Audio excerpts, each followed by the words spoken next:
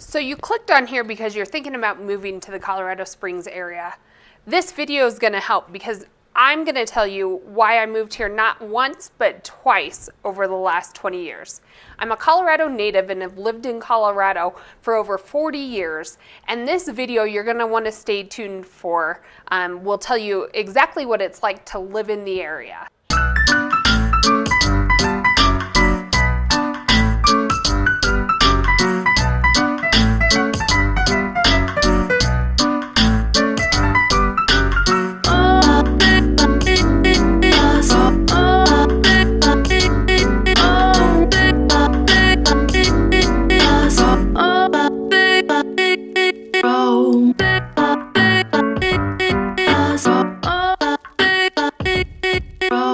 What's up, everybody? It's Lori and Kayleen with Living in Colorado Springs and LK Colorado Homes, and we are one of your top realtor groups here in the Colorado Springs area. If this is your first time to our channel and you want to know everything there is about eating, sleeping, drinking, playing in our community, hit that subscribe button below or that bell and you won't miss a video anytime we put a new one out about our Colorado Springs area. We are literally getting phone calls, texts, emails every single day from people who are wanting to relocate to our area. Please reach out day, night, weekend, anytime, and we will make sure that you know the ins and outs of moving to our area. In this segment, Lori and I want to let you guys know not only the obvious good things about moving to Colorado and Colorado Springs, but also the ugly, the things that nobody tells you when you're moving to Colorado. And so, there's many reasons to be thankful for Colorado Springs, and one of the ones that what brought me back a second time was the easy access to the mountains. Even though you're in the city, you can go on hikes, you can go snowboarding, skiing, mountain biking, really any outdoor activity, fishing, four-wheeling, within an hour, if even that. It's you're hiking, literally in your backyard. Yeah, well, hiking trails in the neighborhoods, they're built in all around. If you enjoy the outdoors, Colorado Springs is definitely one of the easy access cities here in Colorado. And if you choose to live like in Manitou or Rock Rimmon or Old Colorado City, you can literally walk out your door and walk right into the foothills. And so that's why a lot of people love that west side of Colorado Springs too. I mean, Pulpit Rock sits right in the middle of Colorado Springs. It's at the dead end of Nevada and I-25, and it's probably one of the coolest sites that I've seen. Some castle-looking rock structures, and somewhat of a difficult hike, but easy enough for your whole family to do. And that's like after a trip to Costco, you can stop by there and get your workout in. Yeah, and so Garden of the Gods is probably, I think it was last year, didn't it rank like the #1 park in the United States? And so it really is. I can get my car and I could be there probably in 10 minutes, and I'm kind of centrally located within Colorado Springs. So most people absolutely know what Garden of the Gods is if they come here. So if you're not familiar with that, look it up. It's a beautiful park. We go there just to walk with our families and our dogs. I probably go a few times a year, even though it's one of those things that when people come to this, it's like one of those things you have to do when you come to a city. But still, as a native here, I go probably a few times a year. Yeah, absolutely. It's a fun place even for locals. I feel like we go there to take family photos. Vikings photos. Take your teenagers out in a group with friends. They all want to go there and take their Instagram photos. Yeah. So that's one of the major pros is that outdoor recreation. Well, and as far as biking, we have an incredible biking system. The Santa Fe Trail here in Colorado Springs goes all the way from Memorial Park downtown all the way up to Monument. And it's a paved path, and the different neighborhoods feed into this central bike path. Me and my kids we live on the northeast side of Colorado Springs, and it will take us an hour and a half to get downtown. We'll stop, have tacos down by Colorado College, and get back on the trail and head back home. Half the time we call my husband to pick us up because it's uphill from there. But easy access, don't have to even load the bikes to go for a bike ride. A lot of people think that skiing is like really in Colorado Springs, and it's not. You have to probably drive about 2 hours. Yes. You just went this weekend to Winter Park? We were in Winter Park, 2 hours, 20 minutes. But it's literally a winter wonderland up there. I know as a skier, I would like it in my backyard, but to be able to get up in the morning, to be able to get up to the ski area by 9 o'clock and ski, ski areas close by 4, and so then you can still be home by 6 o'clock. A lot of people do day trips. A hotel. Yeah, it's definitely accessible for day trips. Everyone, I would say most people I know do day trips unless it's a special holiday, but they'll go up on just for the day and go sledding skiing. Up there. Fraser has a cool sledding hill, ice skating. We do have an ice skating rink downtown Colorado Springs, outdoor this time of year. They have an incredible hockey program throughout Colorado Springs, but for public skating downtown Colorado Springs. My husband and I also enjoy four-wheeling, fishing. They do a lot of outdoor activities. We do. Yes. We do. And fun places to go explore all over, north, south, west, even east. The paint mines. Have you been there? No, I haven't. My brother and sister went this weekend, and they said it was fabulous. I saw some pictures of people there over the winter, and paint mines, look it up, super cool. Sand dunes area. is close. Yes. There's a lot of activity. We'll do another segment about that as well. But I would say another pro would probably be, it kind of fits in there, but it's just the scenery. Everywhere you go, everywhere you look is the mountains or Pikes Peak. Because in Denver, you're a little bit further away from the mountains, I would say. You definitely can see them, but I would say it's more like an outline in Denver. But here, my house overlooks the mountains, and I think hers does as well. And so you really have that big, tall, majestical? kind of mountain. Majestic mountain right outside your door, which is great. Well, and a lot of people don't know, but Purple Mountain Majesty is Pikes Peak. So the mountain's pretty incredible. Not only do you have the mountains, but what I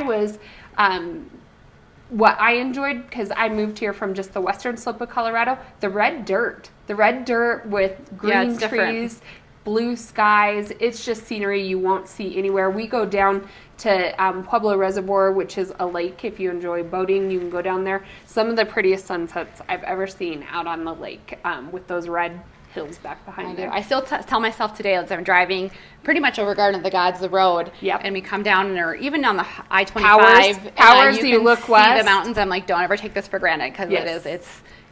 All right, so now we're going to talk to you about a couple of the cons of living in Colorado Springs. So we want to be real honest with you about the Springs. And I would say one of my cons, and at least when I moved here, I'm originally from Minnesota. So when I did move here 20 years ago, I would say one of the biggest cons, and something our clients tell us all the time, is that it's probably muddy and it's the wind. So in the springtime, so the spring is always beautiful here, but there are some drawbacks to the spring. As far as, for me, I know yours is more mud, but for me it's more of that wind. Like we get that wind coming off the mountains, and we can have high wind warnings. It can be, and as the front comes through, when it goes from 30 to 70 within a swing of some of our wind storms over the last couple of years, do you remember that wind storm, 90 mile per hour winds down on I-25? Yeah. Like they were having hospital roofs blow off, which I don't think that happened once typical, but it is windy here in the spring especially, or when a front comes through. Well, and typically the wind comes when the snow's still on the mountaintops. So when you see that wind or the snow off the mountaintops, then usually the wind dies down. But mud, all that runoff turns into water. The water goes, luckily here in the Springs where it's more city structures and curb and gutter and paved roads, you don't have as much mud. But if you're living out east, if you have a little bit of land and you have black forest, definitely those neighborhoods you get mud. Rockridge, which Old Colorado City, if you're close to those foothills, it's hard to keep your car clean. Like my car's never clean. To get a car subscription with all the outdoor car wash subscription. Car wash, about $20 a month. Well worth it. I would say my second con to living here is kind of also related to weather, but it's the dryness. So I'm from Minnesota. Humidity was always something we talked about in the weather. I don't think it's ever been mentioned here in the weather report ever. Well, there's zero humidity. Yeah, there's zero humidity. So you have to have lotion. Well, which is good. The weather is, you get the weather is what it is. It's not the humidity coming into a factor. But with that being said, chapstick purses, is a must. Cars, backpacks, pockets, anywhere, tons of chapstick. I just bought a humidifier for the first time. I had a whole house humidifier and it helped a little, but this time of year you definitely want something more intense. You're running your heat to keep the weather. If you have fireplace. Some people love the dry climate. I love it. I was from Minnesota. I mean, like I said, I was used to the humidity. Going out in the summertime, it'll get to the 90s here, but it doesn't feel like that as much as I was used to coming from a more humid climate. It's just more of a dry heat, I would say. Yeah. And with that dryness, I would say the landscape is a little bit of dry. You have the mountains, you have pine trees, but you also have that dry desert look. Also, sagebrush, a little bit of cactus, but you get that dry climate landscaping as well. Definitely. And so I would say if you want to switch back to a couple of pros, and you won't want to miss our last point that we have about our last con of the Are we going to keep a pro to the last or a con to the last? I think we have to keep our con to the last. Okay. Stay tuned. But if you are liking this, make sure you hit that subscribe button below. We're going to do some more videos on neighborhoods in the area, maybe some fun breweries. So make sure you hit that subscribe button, that bell, so you always get notified of our videos for sure. And that is a great segue to Lori's next pro, breweries. Right. So Colorado's known for their microbrews. My husband and I will go on dates and we'll go to a new brewery, and I swear we can go to a new brewery in our city almost every time we go. We have our favorites like Goat Patch. There's Axe and Oak. Yep. We have Ivy Wild. They turned it an old historic school in downtown. It's becoming kind of a trendy place in our area. We have a lot of our clients who are like, I want to live in this area. They have VWs, which I love, VW buses, and that's kind of their logo look down there. That whole area of town is being revitalized and super cool. Architecture, revitalizing like historic buildings and keeping the integrity, but maybe changing the zoning and thinking outside the box. I love that area of town. So if you are into microbrews and want to try out different breweries in our area, Colorado as a state is becoming a hot spot for breweries. So I would say that is one of my There's a ton of even festivals in Colorado where you can go. What is the Blues and Brews, Brew Fest, all sorts of, when COVID's over, breweries that you can go check out. I know, Lori, you always bring your little growler thing too. Yep, actually, yes, we do. We do. We love our brewery. So that was number 3. I would say our number 4 pro is the size of our city. So we are not a huge city like Denver. Denver is about 45 minutes, 60 minutes, depending upon traffic, drive from Colorado Springs. North of here, but we're not as big as Denver, but we're not also a small city. We're actually growing really fast. Our market's pretty hot right now. You're seeing a lot of more restaurants that aren't like chains, but we're really kind of a growing city that is still a small city. So we love many aspects of that. Well, and that's why we moved here. We lived on the western slope of Colorado in a smaller neighborhood where your options to buy a pair of jeans are Walmart or a boutique where they're a couple $100. And what I like about Colorado Springs is that little bit of city, having the conveniences like your Costco. I know my in-laws come up all the time and go hog wild. They're like, stock up and get things that you don't get in a small town.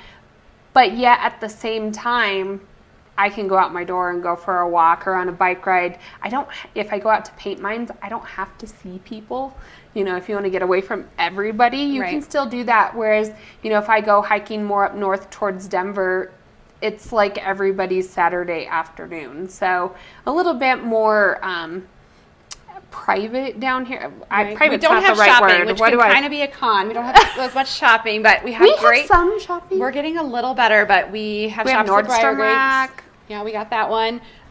We have like kind of cute boutiques like Mackenzie and West, Sparkles and Lace. There's a lot of cute boutiques that keep popping up, but we don't have... Downtown, we highlighted a bunch of businesses, but if you want like Colorado specific, you have your nice higher end stores and Colorado swag type stores. We're not very fashionable. I just would like to make that plug right there. What? Why do you mean? We're not very fashionable, sweetheart. What? No, it's all like North Face and Patagonia, I'm